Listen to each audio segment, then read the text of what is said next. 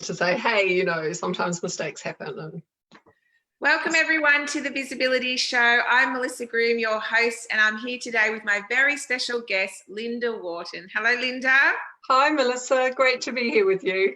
How are you going over there in NZ? Oh, how are we going? We are in the depths of a fairly bleak winter, I have to say. It's at the moment we've got massive squalls, freezing cold, rain. So we're very envious of you guys across the Tassie. What's the temperature there today? It's actually today a little bit warmer. I think it's about a high of about 15 today. Oh, that's not too bad. Not too bad. So everybody, so great to have Lynda here today with us. She is a women's health practitioner. She has a diploma of naturopathy, a diploma of acupuncture. She's a member of the New Zealand Registered Acupuncturist Society. She has a bachelor in psychology.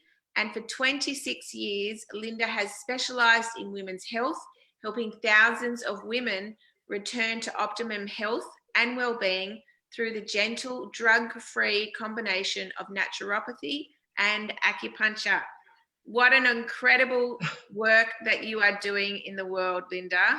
Oh, thanks, Melissa. And you've just brought something to my attention because I figure you've probably read that on my website, and I need to get my IT guy, that's my husband, to change it because I've actually been in the field now for 35 years. So My website's obviously 9 years old.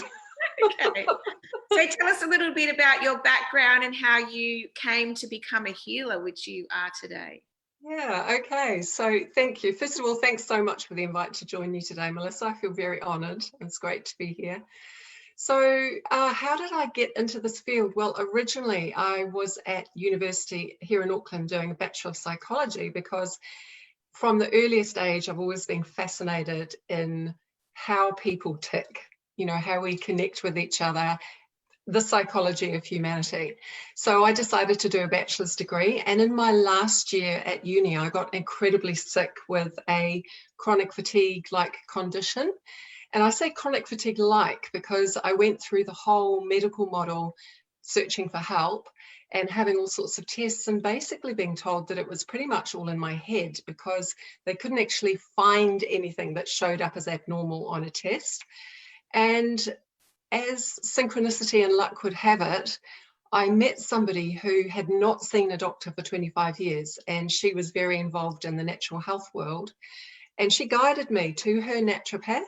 And long story short, I went to the naturopath, followed the protocol, and after being sick for about a year, sick to the point of seriously considering stopping my degree, within about 12 weeks, my health just completely turned around. So I finished my psych degree, and then I went on to study naturopathy, and then after that acupuncture, and thus my career started. I see my background's changing all the time. It's this. Yeah, can you pull that blind up maybe? Can you actually put the blind up or turn the light on? It's the clouds going across the sun. Let me just get maximum light. That's okay. We are the Visibility Show after all. How's that? Now, even if the clouds come, we should be all right. Yeah, so it was actually my own personal life experience and health challenge that got me into holistic health. And then I became one of the few practitioners in New Zealand that combines traditional Chinese acupuncture with naturopathy, and with a specific focus on helping and supporting women find their wellness.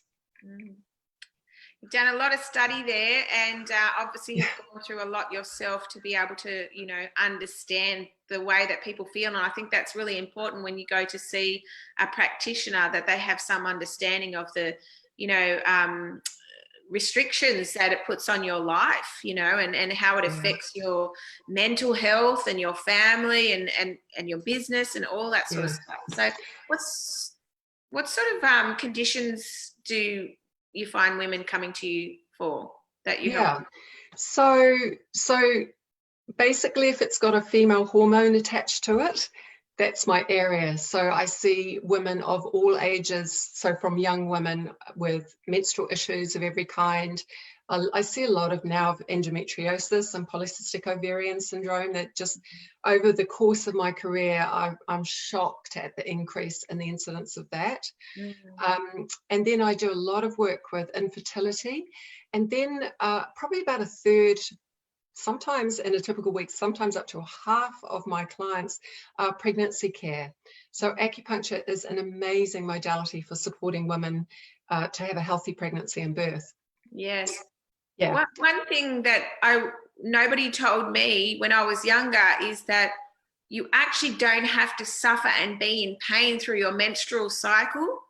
Yep. Like I used to actually faint at work from the pain. Wow. But wow. I didn't know it was coming. I would just have a rise in temperature, and then I'd just pass out from the pain.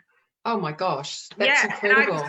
And I would just, you know, they'd take me up to sick bay, and I'd have a rest. They'd call a taxi, and I'd go home. And it wasn't until later in life I realised that, oh, this is actually not normal, and that, you know, you can actually get help for this. But so many women suffer in silence and think, well, that's just the way it is. They suffer, a great point, they suffer in silence, but other women, so many of my clients that eventually find their way here have been through the medical model, dare I say it, often with a male doctor, and found that they've had very little support for the severity of their issues.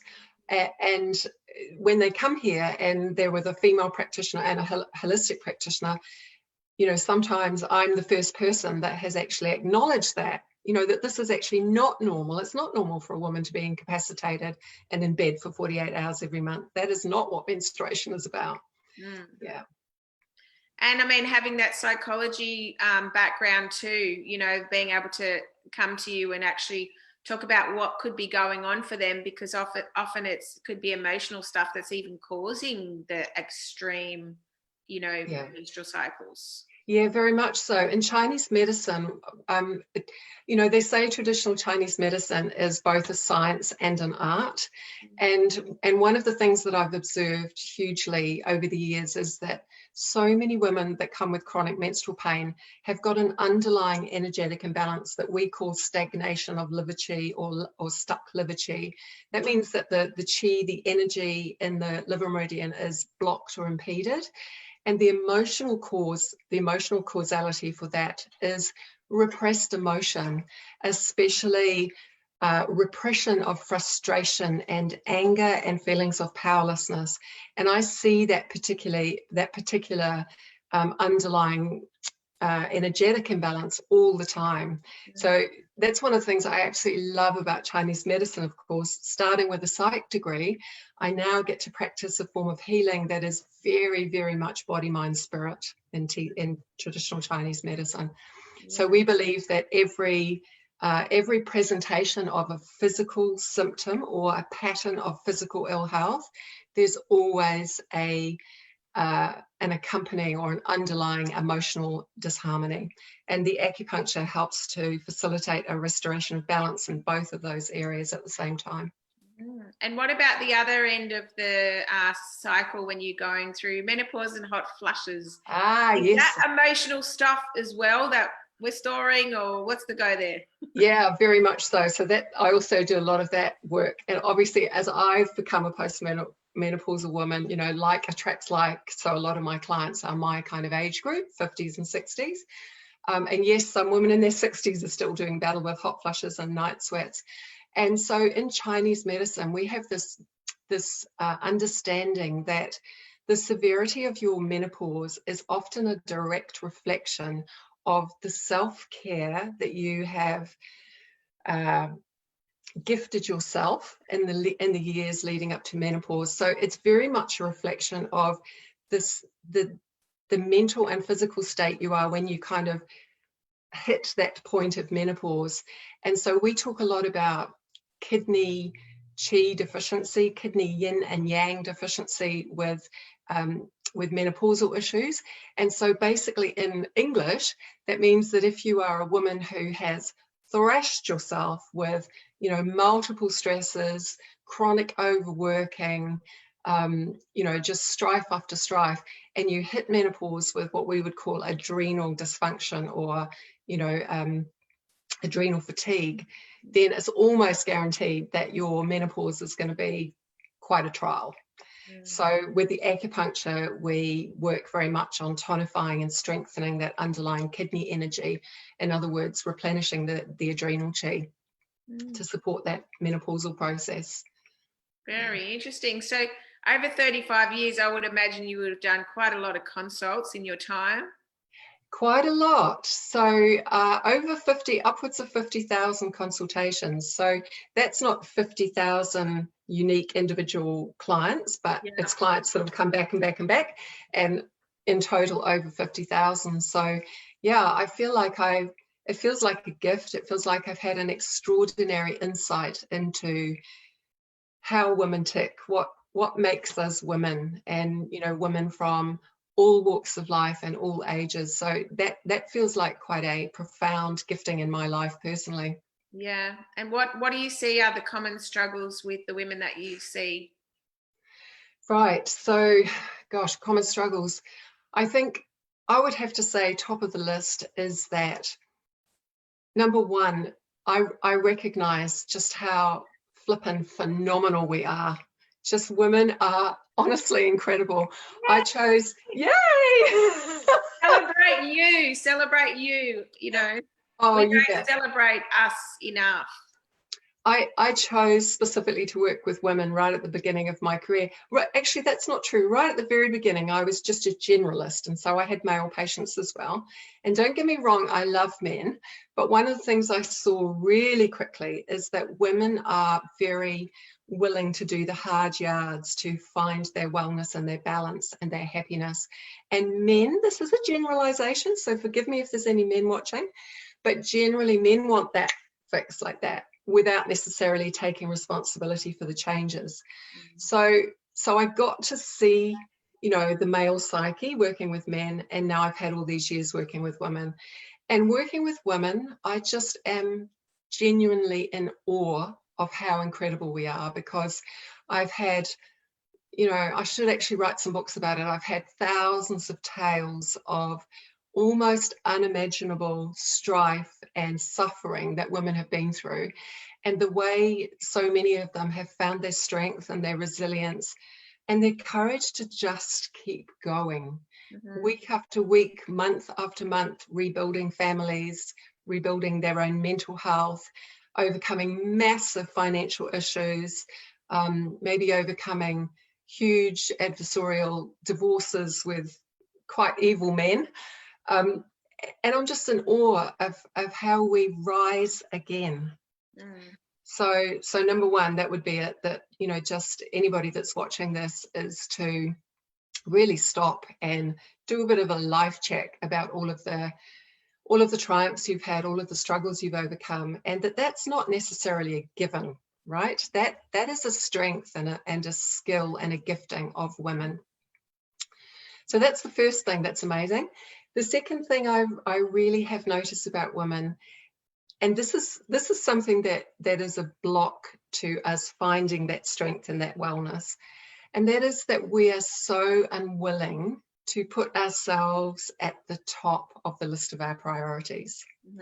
Right? So I agree. Oh, and there's so many of us, including moi, we tolerate so much, and we just think, it is what it is, unless we're in so much pain, we just get on with it, but if it was the kids, the minute they've got a stomach pain or a temperature or sore head, well, poof, we go and take them to the practitioner to help them. But we will sit and suffer, as I did. I guess in my youth I wasn't aware and I wasn't educated, but even as an adult, it's the same thing. It's like, unless I'm in agony, yep, I can live with it, So there's more important things like the school fees or, other more important things, but totally. Without and that's what I've seen over and over again. And you share, and look, here I am, I write the books, I speak about it, and yet I still have to check myself, because I still find myself, my wellness and my my sense of self-importance sometimes getting crowded out by being a mother of children with needs, or being the wife of, you know, a husband that maybe needs more support right now, or, you know, finding that boundary of being able to say no to more bookings in my diary when I've already got a busy week and yet another client rings me. Yes. And so that's a real psychological conditioning. I think it's the result of our hormones, you know, that we're hormonally primed to be caregivers, to be nurturers and caregivers. And it's also very much a result of the conditioning, the societal conditioning, the conditioning of our culture, right? Yeah. So when I'm working with women, I often have to start right from the beginning, changing that messaging around it's okay to put yourself at the top of the list of your priorities. And I use that analogy about, you know, actually when you focus on you and your wellness, it's a gift to all the people you love, because, you know, you've got nothing to give when your cup is empty. But when you restore, you know, a full, vibrant cup of gifting to yourself, it just organically flows over to giftings to all the people around you. You're a kinder, happier mother, right? Your kids benefit. You're a spouse or a partner that's got more to share with your partner because you're not strung out and fatigued and exhausted. So, you know, just that one change is number one step in reclaiming your wellness. Yeah. And we do know this. It's sort of like we need, you know how we put the shopping list on the fridge? Yeah. At the top of the shopping list, we should just have it printed, put yourself first, because I know, you know, I love to eat prawns, right?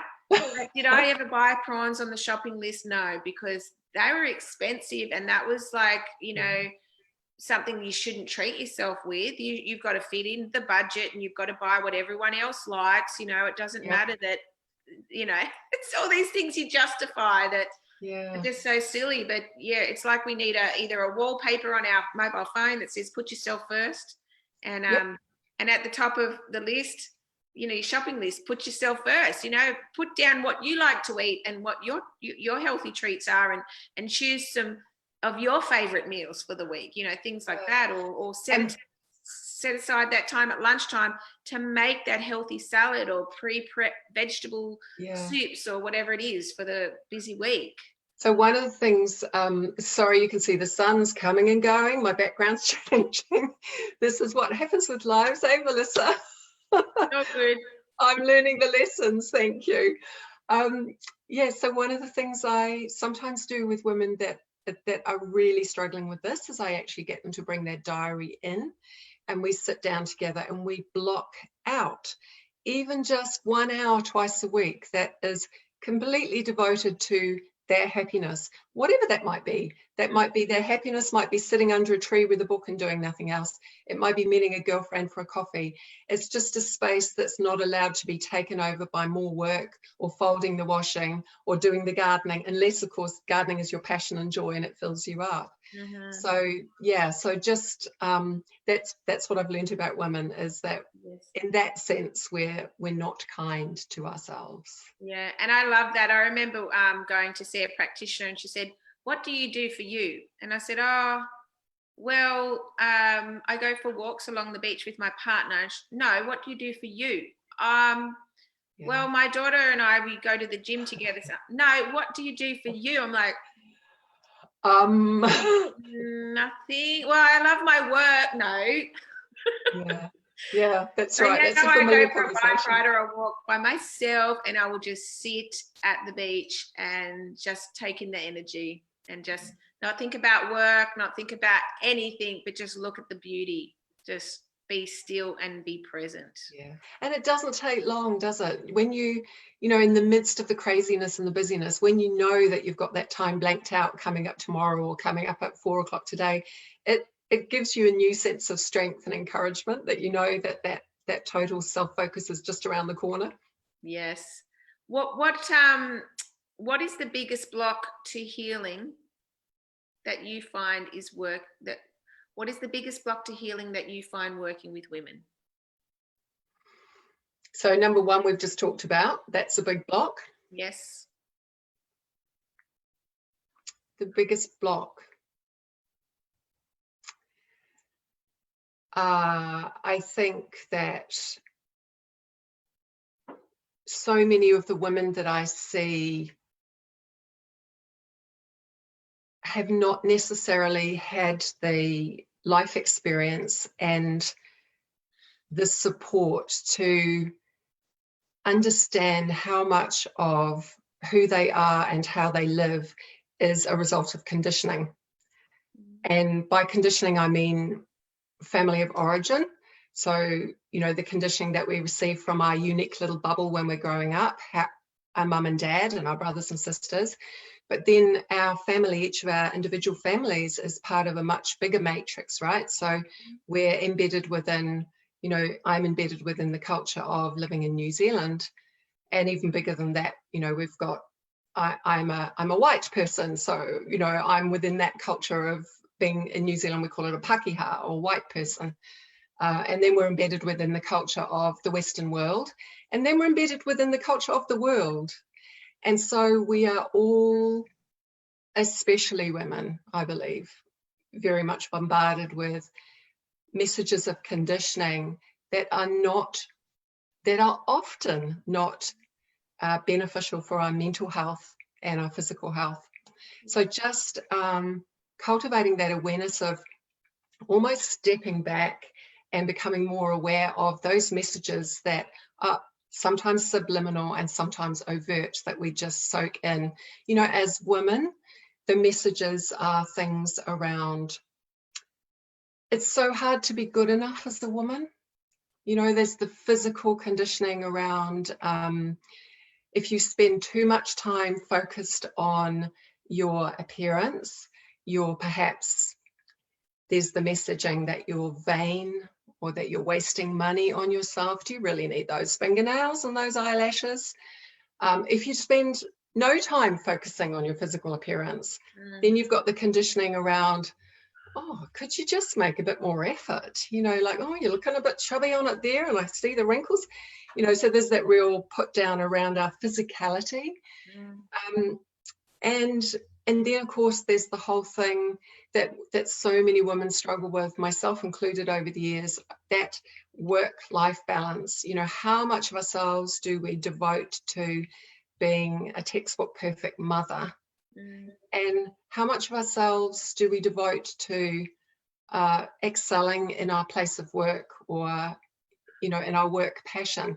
And that's an incongruence and a tension that is not the same for men. What do you think about that? You've really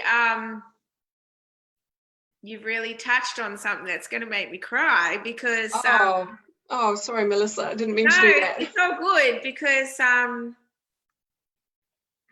try to be the perfect textbook mum and I'm still looking for the manual. So I always say to people, if you find it, please can you share it with me? We put so much pressure on ourselves to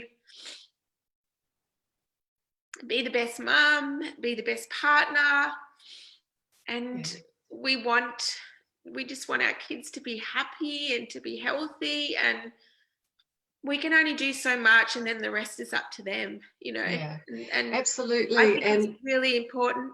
If you'd write that book, The Perfect Textbook Mother, not and give us that permission that there's no. Do you know what? You know, like I'm older now. Like, you know, I'm almost 60. My two girls are grown, and I look back on those struggles. You know, I was a single mum for a long time, writing books, running a business. You know, I made all of the mistakes and the self-sabotage that I now gently share with other women around perhaps, you know, having that awareness to not make those same mistakes. And now that I'm older, I realize that once your kids have got the basics, you know, once they're safe and they have comfortable shelter and they have access to good food and they're not hungry, over and above that, what they really need is they need to know they're loved, right? They need your affection, and they need your time. They need to just have time with you, Yes. and a loving connection. And that's all they need. Yeah, We I make it agree, and about thank so you for much that. more. Yeah, because I have been a stay-at-home mum for 21 years. My youngest is just about to finish year 12. Wow. And that time has just flown, and I would not swap that time that I've given to my children to be there for them with any money or anything in the world. But Yeah. I think I need to be reminded that, yep, being there, giving them time, listening to them and loving them and giving them food and shelter, that is our job. Yeah. Not all the other things that we think we have to do for them, because they do have to stand on their own 2 feet and make mistakes and fall down and get back up again. And it's terrible. It's awful to watch. It's the hardest thing as a mother, isn't it? Is knowing where that line is, where we go from being the best mother we can be and being available and loving to our children. Where is that line where we then become almost disabling to our children through enabling them too much, through taking away the knocks and wrapping them in cotton wool? That's very much been my way of being for a lot of years. I've learned a lot through the experience of having a daughter who then developed addiction problems. And so that brought up in my family all of the stuff around codependence and boundaries, and I'm still learning. I still don't get it right all the time. Yeah. Well, I think that's what we have to understand too, is that we're only human. We can only do the best that we can do, and stop beating ourselves up about things that don't go the way we would like them to go, because it's life. It goes in ebbs and flows, ups and downs, roundabouts. It sure does. Ones. It sure does. And I think, one of the biggest gifts for me with aging has been my priority of kindness to self. I talk about it a lot. I read about it a lot. And it feels like such a gift. Yes, my body's older. I've slowed down. I can't necessarily do all the things I did when I was 25, but I'm so much kinder to myself, and so I've got so much more reverence and awe about who I am and what I've achieved, and not just achieved in terms of, professional achievements or bringing up children, but I'm still here and I'm sane and I'm happy, and I've overcome a lot of things in life, as have so many other women, and it's worth celebrating. Yeah. So what would you say is the key to finding the holy grail of happiness? Oh, wow. Okay, well, the holy grail of happiness. Yeah, we make that the holy grail, don't we? Almost as if a life worth living has to be permanently happy all of the time. And of course, the truth is that, like you said, life is all about ebbs and flows and cycles and ups and downs. And we're not all ecstatically happy all of the time. But personally, I think that based on my discussions and sharing with all of those thousands of women and my own life, I think it's so easy in our Western conditioning to look for happiness in all the wrong places. Happiness being the mana and the prestige that comes with qualifications, or holding a top corporate job, or happiness sought in the form of a checkbook and a full bank account. And I've worked with so many women who rock on up in their BMW or their Mercedes, and they are working 70-hour weeks in the corporate world, and they're desperately unhappy and they're desperately unwell in so many ways. So I actually think happiness, so much of it comes down to listening to the still small voice within, because we all have that intuition, we all have that inner guidance or radar that will actually guide us in the direction of what will fulfill us and make us happy if we listen to it and obey it. That's number one. And, happiness, I think it's all about connection. It's all about loving each other, self-love, but then connecting with and loving each other. in a balanced way where we stay aware of who we are and where our boundaries are, but we're open to just giving and sharing and nurturing and supporting and loving others. And having that balance. Happiness comes with that balance of not being switched on 24/7, allowing downtime, realizing we're not machines. We're not machines. We need replenishment and rest. Absolutely. So, yeah. Well, thank you so much for all of your amazing information today. And as I said before, you're doing a wonderful job in the world supporting women and helping them to find optimum health and happiness. So thank you so much.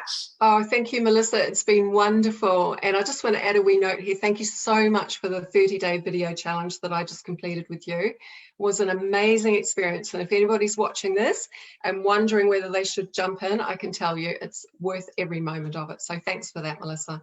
You're welcome. And thank you for watching the Visibility Show. We'll see you next time. And remember to shine bright because the world needs you. Bye, everyone. Bye.